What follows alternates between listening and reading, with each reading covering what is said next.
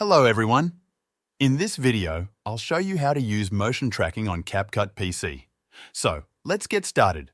First, open CapCut on your PC and select a video to use as an example.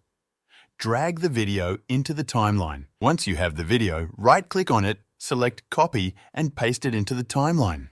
Once it's in place, you'll see an option for tracking.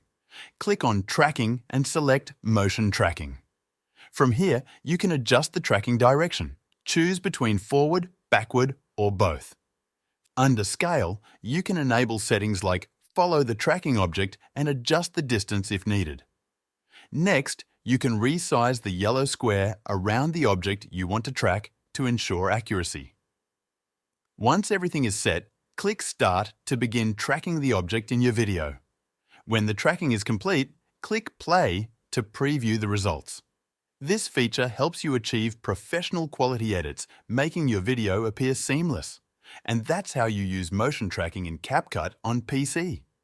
If this video helped you out, feel free to buy me a coffee using the link in the description. This will support the channel so I can keep making more videos like this.